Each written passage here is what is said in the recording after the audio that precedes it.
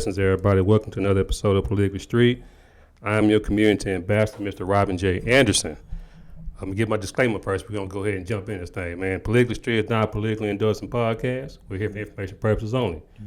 Politically Street, we interview business owners, community leaders, and elected officials, all right? Yeah. So with that being said, y'all, man, I'm still a little kind of get off the edge here, man. But if y'all ever watch my show, in the beginning of the intro, I say we got Rino here, man. He basically stabbed me early on, man. I appreciate it, man. But to those who don't know, this is Brother Rino, man. Appreciate you for coming on through, man. Bro, I appreciate you having me on your platform. It's an honor. Looking forward to this interview, bro. I appreciate that. Gotcha, man. So what I like to do is I like to do a background of people, and then we kind of go fast forward to where we are now. Man. So for those who don't know, where did Rino grow up at? Man, grew up right in Houston, Texas. Born and raised in a neighborhood called South Park. Mm-hmm. And inside that neighborhood of South Park is an area called the Dead End. Mm-hmm. And that's where I'm from. So that's all my life. At some certain points I moved to Third Ward. I've been back and forth in and out of Third Ward, but I'm South Park born and raised. Gotcha. All right. So what high school, what elementary and junior high did you attend? All my schools was on the same street. Oh, wow. I went to Frost Elementary. Mm-hmm. Right across the street from Frost was Albert Thomas Junior High.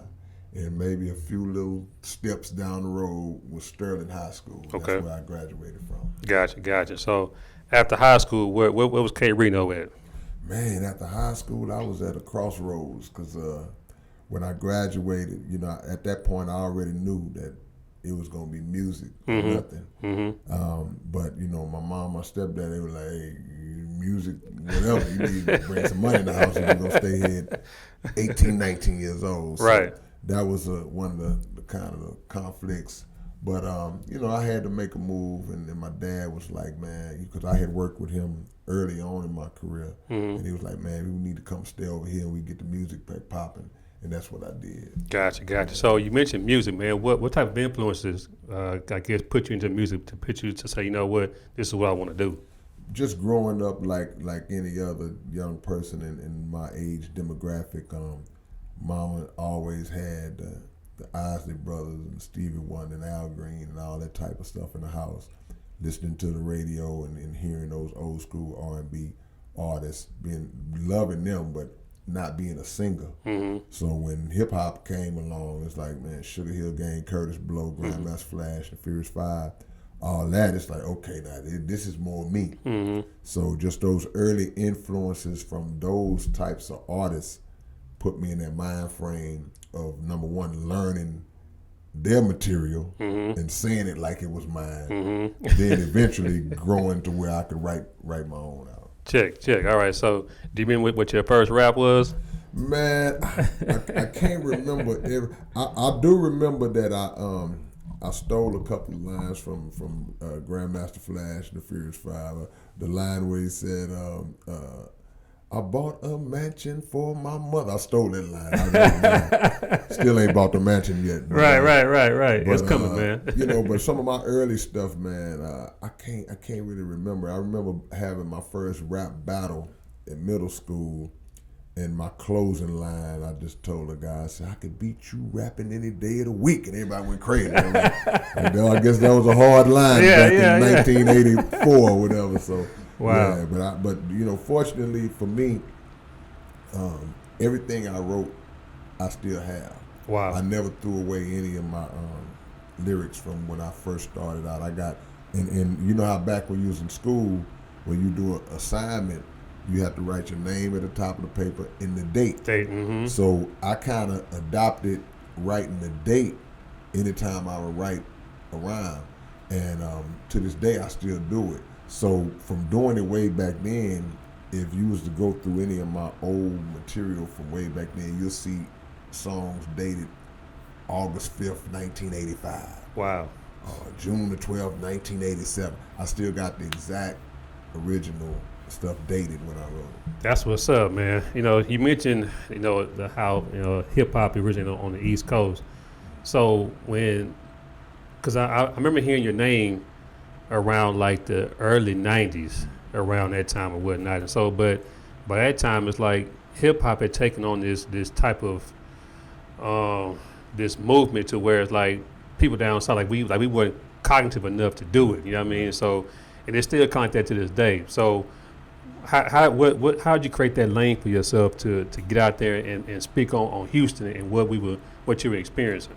Well, I give the Ghetto Boys a lot of credit for that, and Scarface and guys like that, because any moves that we were making to try to break that stereotype of nobody down south was, like you say, smart enough to rap and all that. All our efforts were really restricted to just local because we weren't on that mainstream level yet. Check.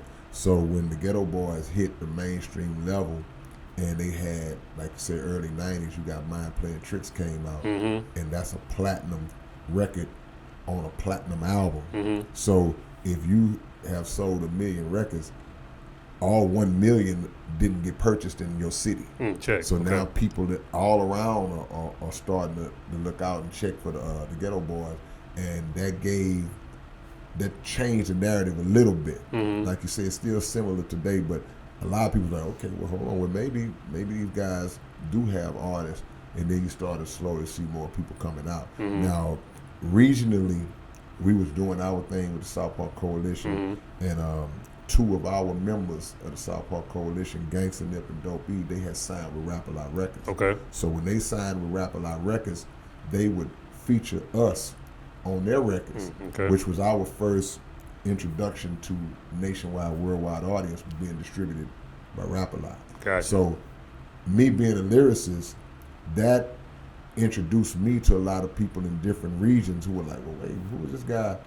He kind of got a lyrical edge to him, like you say, an edge that a lot of people didn't think existed in this region. So that was my way. And so by the time I dropped my first solo in '93, I still wasn't on a major, but I had big enough distribution through a local one-stop through Southwest Wholesale to where my music was out pretty wide. Gotcha. And that's when my name kind of as a lyricist started to peak a little bit. Gotcha, man. You mentioned the Ghetto Boys and Scarface, man. From what I'm hearing, the Scarface say when they asked him who's one of his favorite rappers, he always put your name in the category, man. How did that make you feel, man? Oh man, it's an honor, man. Yeah. Because Face is one of the greats. It's like he doesn't get the recognition as being mentioned as one of the all-time greats. Like you hear a lot of the other names that were more marketed as that, so with the marketing that came along with some of the other great artists that we know, Face didn't really get that, nor did he seek that out. That's true. But the people who know. All of the rappers, see, like people like to say, well, man, they use the term your favorite rapper's favorite rapper. He really embodies that. Face is like the dude that nobody that you mention will ever say, I ain't really feeling Face. No, I've never heard nobody say that. Either. It's like, oh, Face, Scarface. Yeah. So he was the one who kind of gave us that influence and inspiration. So if he mentions my name and says that I'm one of the best, whatever, then that's one of the highest honors right there. Gotcha, man. So you say '93 is your first album, man. So when I was around that age, man, I remember there was always this plex. They still use plex. No, but we old enough. We know what it means. We know what it means, right? Yeah, no Between the north side and the south side, man. So, but I don't remember people just saying, "We know what? I don't mess with K-Rino like that." How are you able to like just not fall into that fold of what I'm saying, what was going on? Man, I just think it's about the way you treat people, and it's about building relationships, because even at that time, I had homies on the north. I had homies in Mo City. I had homies in Highland Clark, different neighborhoods. And again, I credit Rap-A-Lot Records with that, because Rap-A-Lot being established, that's a north side label because it's Fifth Ward and all that. So my people being connected and signed to Rap-A-Lot, they bring us around. So now we mixing the mingling, like, okay, well now I'm cool with these guys. I'm cool with Jay Prince has always been accepting of me. Willie D, all these brothers, Romeo Poet, different guys that were from those sides of town that you come in contact with through just the rap circles. So when you start to establish certain relationships, Then it's like, okay, well, he cool with you, all right, I guess he good. If he cool with my guy, I guess he good. So I never really had no problem just navigating, through the north side. And there used to be a record store on Lyons Avenue that the homie Dewey, OG Dewey, they used to run with rap a lot back in the day. He had a record store right there, right in the hood on Lyons Avenue that sold a whole lot of our music, Southside music, So I think music has always been one of the keys as well that unifies. Check. Right. The plex, as we say, only comes when if we as artists start to take shots at different sides of town. You know what I'm saying? If I'm repping my hood, that's fine. But if I'm repping my hood and at the same time I'm shooting a slug at Fifth Ward, I'm shooting a slug at the Mountain or the Hind Clark or other parts of the city, then you put a target on your back because you're creating that division. Right. That ain't something that we never did. My biggest beefs were with cats on my own side of town. So I was dealing with the dudes that I was seeing every day in my hood. Right. I wasn't thinking about, going at nobody from somewhere else. Gotcha, man. It's I like Trader Truth, man. I actually listened to one of your songs before you came in here and talked about mainstream. Well, not saying main. Basically, H-Town, like 979, a couple radio stations here or whatnot, and you mentioned a couple names, man. What is it that was it? It was the F the radio song. Was it that one? It was one you mentioned. J Mac and oh yeah, that's the F the radio. I was going hard. Okay, I want to make sure clarify, right. Before we okay. Right. Why is it that it's so hard for local artists to get on mainstream radio, man? Like first off, shout out to D Solo because he didn't have Street Flavor, yeah, man. He put a lot of people on, man, whatnot. So shout out to D Solo. He did, yeah. D Solo has always been a real one, man. And even to this day, because Street Flavor's still on the air. Still on, yeah. And we talking about decades that this man has been holding time down on, I think, channel 20, 26, what I'm saying, just regular TV. So long before internet. But, as far as the radio goes, man, we got to understand the radio is very politically oriented. There's a lot of politics that goes into it, and it's not a situation where we're in a time. It's always been payola. That's been going around since Little Richard was around. Right. But it's more sophisticated now, and it's more corporate in terms of I can't walk my record into one of these radio stations that's owned by Radio One or by Clear Channel and say, "Hey man, I got a hot record. Can y'all give me a few spins?" In the 90s and in the 80s, you could slip it in here and there because the DJs had a little flexibility to where they could say, well, all right, man, you know what? I do a mix. Remember how Public Enemy, Chuck D used to say, they put me in the mix late in the night. It was kind of like that to where they had freedom. Okay, I could throw you in my mix. And you could get some actual spins just through that. I got you. But if you're talking about serious actual rotation, getting in the rotation, then that's where money comes in. And it's not going to be no small amounts of money. And you got to factor in that the major labels are funneling money through these companies as well, so you can hear the mainstream artists that we hear in rotation all day long. So it's real difficult because a lot of the DJs, they're not concentrated on breaking records no more. They're not concentrating on introducing new music and being the one to say, hey man, I'm the one that got this song hot. They basically following the trends and doing what they told to do, playing what they told to play. So it's just a tough situation.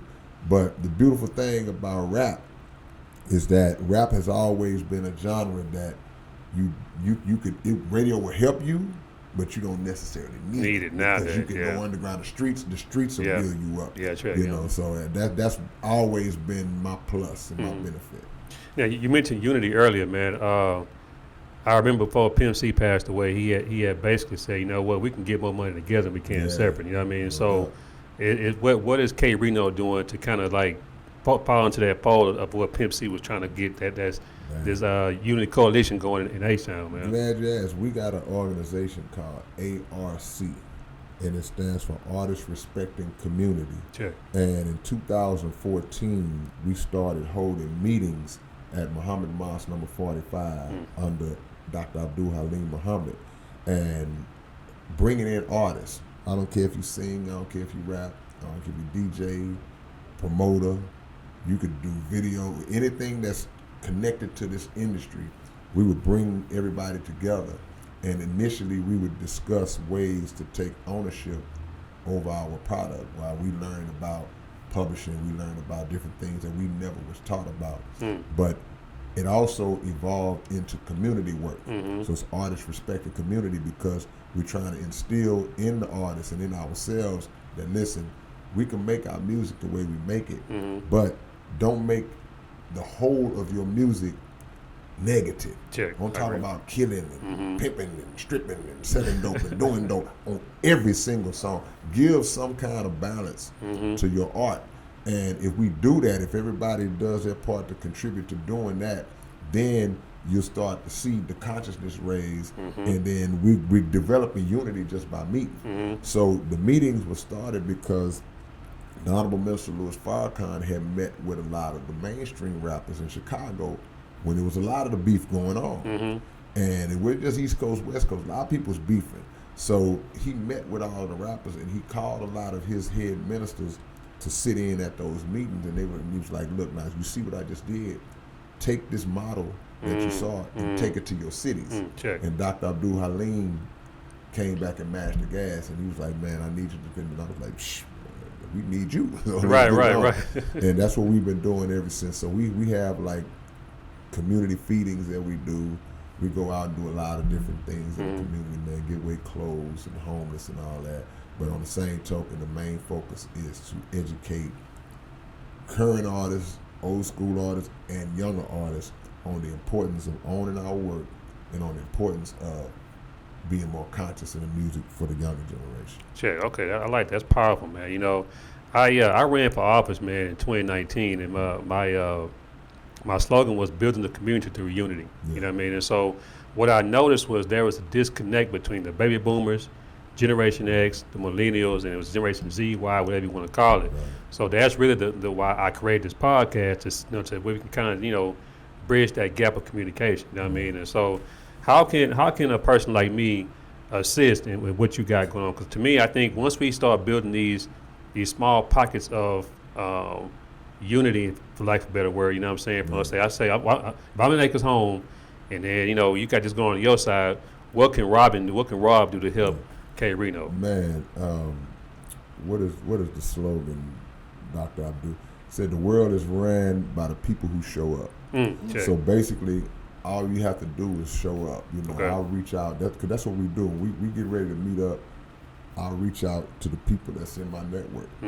So now y'all are in my network now. So it's like when the next time comes around, I'll be reaching out and y'all come through. And then when you sit in the meeting, your wheels are turning. You get an understanding of what I can contribute. Oh, I can fit in that space right there. What he's talking about, or right there what she's talking about, and that's how we do it, man. Because the beautiful thing about this life period is that there's so many people with so many different skill sets and talents that it's going to be something that you can do that I can't do. There's going to be an area of expertise that you have that I have no knowledge. Like, wow, it's going to blow me away. So we just have to come in and plug ourselves into the gaps that need to be plugged in. Okay, gotcha. That's you done messed up now. I'm gonna hold you to it. Hey, man, it is what it is. No, I'm just teasing, man. So I want to segue back into the music, man. So you worked roughly almost 30 years in. 40. God dang, 40 years? Yeah. So how many albums do you have? Over 50. I think like 52 projects in 40 years, Goodness, crazy. Yeah. It's been a blessing, man. My thing has always been to just, like I say, I'm a fan of Stevie Wonder. I'm a fan of Prince. And these are some of the most prolific artists ever. So when I look and see, man, this guy got 70 albums, or Prince got a vault with thousands of songs in it. So that make my little 50 look like a drop. So it continues to motivate me. I'm chasing them. Probably ain't gonna never catch them, but I'm chasing them, which gives me the motivation to keep going. Gotcha. So you mentioned Stevie and Prince, man. What when you go into writing a song, man, where do you get your material from? What is that pushes you to say, you know what, I'm gonna talk about this TV and this remote control. You know what I mean? Yeah, well, see, it's just that. See, Mm-hmm. the things you mentioned, the TV and the remote control, those are things that just sitting in your face in whatever room you're sitting in. And ideas are everywhere. Concepts are everywhere. Check. It's just the fact that a lot of times artists kind of restrict themselves to feeling like, I got to only talk about this or I got to only talk about that, instead of saying, well, man, I can make a song about this mic being in my face, you know, just whatever it is, and not be afraid for people to say, man, that's stupid. Oh, man, that's corny. Right? You know, if you got that kind of fear, then it muffles your creativity. Your creative process is automatically stifled because you putting a restriction on what you can do because you're worried about somebody saying it's dumb or silly. Everything around you is a concept. My Trinity, I mentioned two of them. Prince, Stevie Wonder, the third is Sam Cooke. And Sam Cooke always used to talk about observation. And he was saying you just observe your surroundings and tune in to what's going on in the times that you're living in. It's always something to talk about. That's true. So I agree. That's how I live and approach my whole creative process. And you mentioned something about stifling, man. And so the time we growing up in now is like, if you say the wrong thing, like you can't even say retard no more. You got, you know what I'm saying, the cancel culture, man. So does that stifle the creativity too, or you just like say, forget it, I'm gonna just go and talk about it? It does for some. You know, the key to not being affected by cancel culture is two elements. Number one is to speak the truth.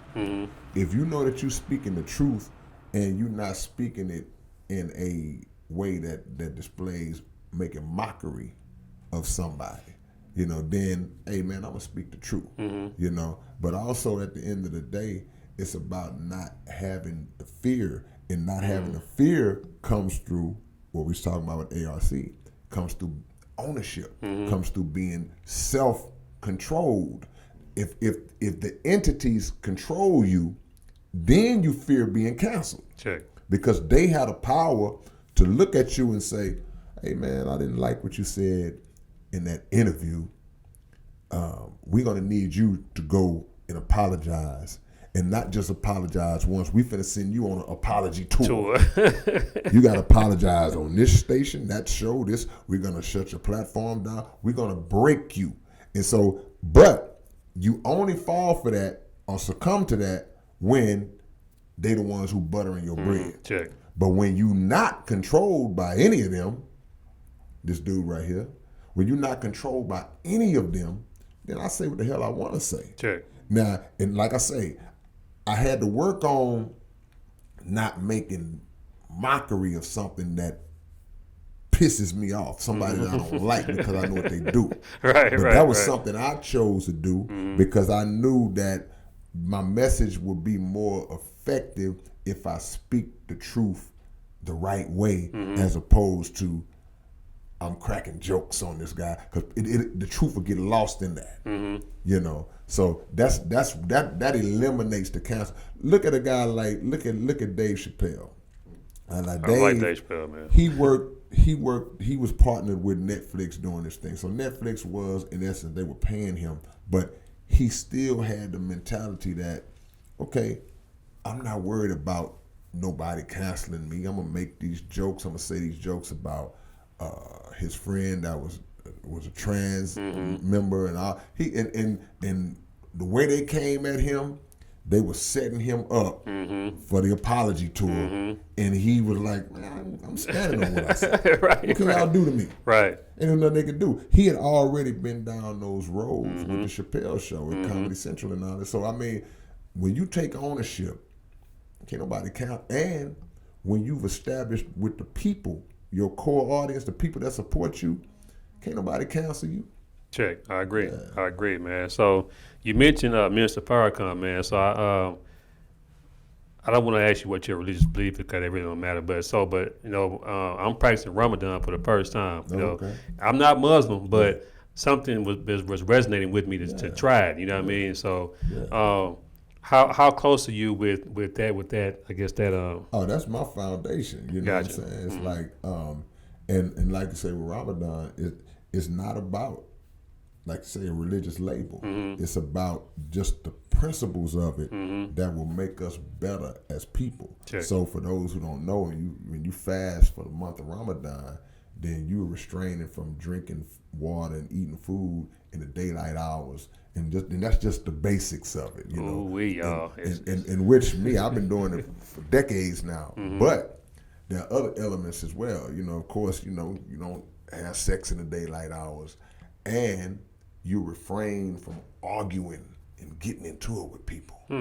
And usually that's the tough one. Yeah. And I've been good this month, but I have had historically some of my biggest knockdown, drag out arguments during the month of Ramadan. I don't know why. On a basketball court, just getting into it, like, wow, I'm an easygoing dude. But for some reason, maybe that's just the test that's coming through that month. But nah, you don't have to be a Muslim to practice Ramadan, because fasting is something that's prescribed for all of us anyway, no matter what you profess, because it's something that it's a cleansing process that we have to go through. We praying and meditating and gaining a more closer connection with the Creator, and that don't have no label on it. So it's a good thing to do, man. Yeah, I didn't know about the sex part in the. Yeah, I mean, it's see, because when we hear the word fast, the first thing we think about is food and water, but fasting is just refraining. So it's a lot of things. See, the key is to refrain from that which is natural. So all these things, eating, drinking, sex, all these things are natural. It is, I agree. So to build your resistance up, you have to fast and refrain from those things, and that builds your strength and resistance up. So, and that's what the fast is all about. You want to get yourself to a point where it's like, man, I can walk in this door and mama cooking, the whole family eating, and I'm smelling this food, and I'm hungry, I'm ready to eat, and I can sit right in the midst of everybody while they saying, hey man, you want to play? I'm going, no, I'm good. I'm good. Yeah. On a hot day, not too hot today, but on a serious hot day, and you really need some water. Because sometimes the urge to drink something is more powerful than the urge to eat. That's living true. here in Houston. That's true. Like, man, I need some water. I need some juice or something. I can make it without no food. I'm good. Right. That water, man. So that's the whole key, is to build up a resistance from things that are totally natural, and build your strength up mentally and physically to deny it until the right time. Because what if you reach we coming into food shortages and things of that nature. So if we reach a time, which is coming, where food is not just readily available to us, then we got to have a resistance built up to where I might have to go 3 days without eating before I can get to the next meal. Yeah. And if I haven't practiced that over time, I might not make it. My body gonna be, man, what the hell y'all do? What's going on out there? This the normally the time we get something to eat. Right. But you may have to be strong till you can get to the next meal. So fasting helps all that, man. It's funny you said that, because I don't. A lot of people aren't spiritually astute, I guess you want to say, to know that there's a paradigm shift happening. You can feel it. You know what I'm saying? And so. What do you think we can do besides, on top of doing the ARC meetings, that we can do to unify as a community? Yeah, well, we got to get the knowledge, man. See, we've been so thoroughly deceived as a people. Everything that they've taught us, 99.8% of what they taught us has been a lie. So before we can come together and unify, we have to be taught what it is and who it is we are. Check. And once we kind of get that understanding of, hey, this is what was done to us. This is who we really are. Because the deception that was imposed on us, one of the main things that it did was create division among us and create self-hatred. So you can't unify under the umbrella of self-hatred. So I got to know who you are. I got to know who you are. I said, man, it's my brother. Wait a minute, that's my brother. That's what we were talking about earlier. I don't care if he's from the north side. Right. I don't care if he's from the south. This is my brother. We just happen to be geographically positioned where we are. But I got love for this brother because he is a reflection of God just like I am. Check. So that's what needs to be understood first. So now I ain't finna rob you or hit you over the head and take your bread, because I'm looking at a reflection of God just like I am. And we get that basic understanding, then we'll start to say, okay, we're going to unify. And once you start to unify, you unify not just in principle, you start to unify in different areas. Like, hey, man, let's go in business together. Check. Hey, man, oh, man, this brother here, he has a knowledge of agriculture. He knows how to grow food. Let's go and let's learn from him and get all these things and these different gifts and talents that we have that we can, like the Honorable Elijah Muhammad said, pool our resources. So become become components that make up a whole. I know business, you know the product, you got the connections, we come together and we get this bread. That's what's up, man. It's funny you said that. I was watching Willie D, the Ghetto Boys podcast, and they had what's the Chinese guy make the grills? Johnny Dang. Yeah. And he said they have basically a coalition of people where I think it's like maybe 15, 20 people. They all put in $5,000 to start a business. You know what I'm saying? With they partners. I'm like, well, dang, man. Yeah. You know what I'm saying? Why we haven't done that yet? You know what I mean? Like, see, a lot. We hear this a lot when we talk about the Asian culture, and they always talk about, even in Arab culture, in some instances where they talk about how they'll come to America. It'll be 8, 9 of them living in one apartment or place, and they'll be just putting the money together. All the money comes to one pot. Then they build establish a store. This person gets it, and they start the process over within members of the family. Now, all of those principles are principles that originated with black folks anyway. Check. This comes from us. Everything comes from us. We just were disconnected from it. Like I said, when you got people that impose that deception and that disunity on us, we look at something like that and we're like, wow, man, why don't we do? We don't do it because it was disconnected from us, but that's our original way. So the Honorable Elijah Muhammad created what's called the economic blueprint, and at that time it was 16 million black people in America. It's way more now that's earning a wage, that was working and employed. And the premise was and is 5 cents a day. You give 5 cents a day, you give 5, I give 5. Every black person that's earned a salary donate 5 cents a day.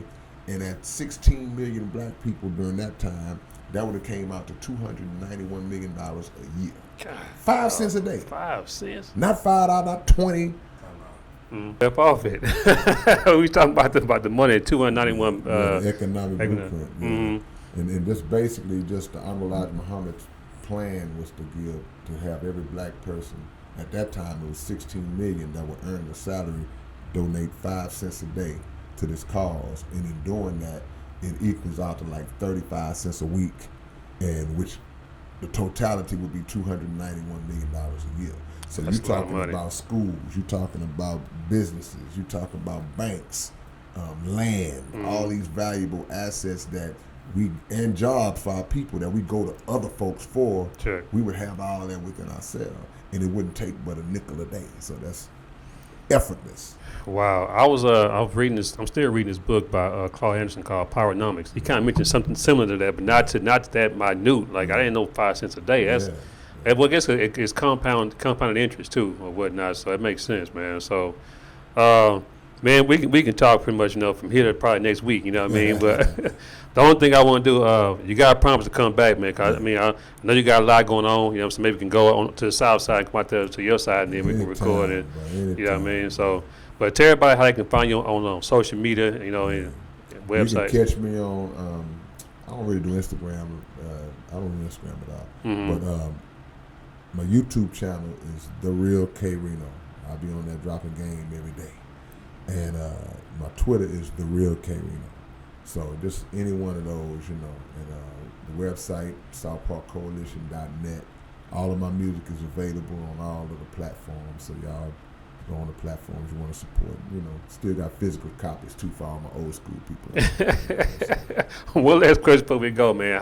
How is K Rino going to adjust to this whole digital world as far as like the metaverse and this blockchain and all this kind of, you know. I've been dancing with it. You know what I'm saying? I was barely dancing. I ain't slow dragging with it yet. But, you know, we two-stepping right now. So I've been doing some things and just investigating some different avenues to go down. You know, as far as digital process with music, you know, I made that transition like years and years ago. I'm still learning. Gotcha. You know, because I'm from old school. But, you know, all of those things you mentioned, the metaverse and all that.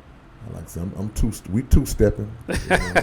We ain't slow dragging, but we two-stepping. We getting down though. Gotcha. All right, cool, man. So y'all make sure and check me out on politicalstreet.com. I got these T-shirts. If you follow the movement, you know what I mean? It's a grassroots movement, you know what I mean? So politicalstreet.org. Also, I'm on Instagram and YouTube. I'm on all platforms, on podcasts as well, from Apple iTunes to, you can, you know, wherever, man. So, y'all, until next time, hey, make sure and go support K. Rino, man. He's a local legend, man. So, icon of A-Sound, man. So, until next time, peace. I really want to give a shout out to Political Street, man. That's one of the coldest names you can have. Because we out here in these streets, but these politics is trickling down, so it's all intertwined, man. So we got to figure out how to work it the way we work. So shout out to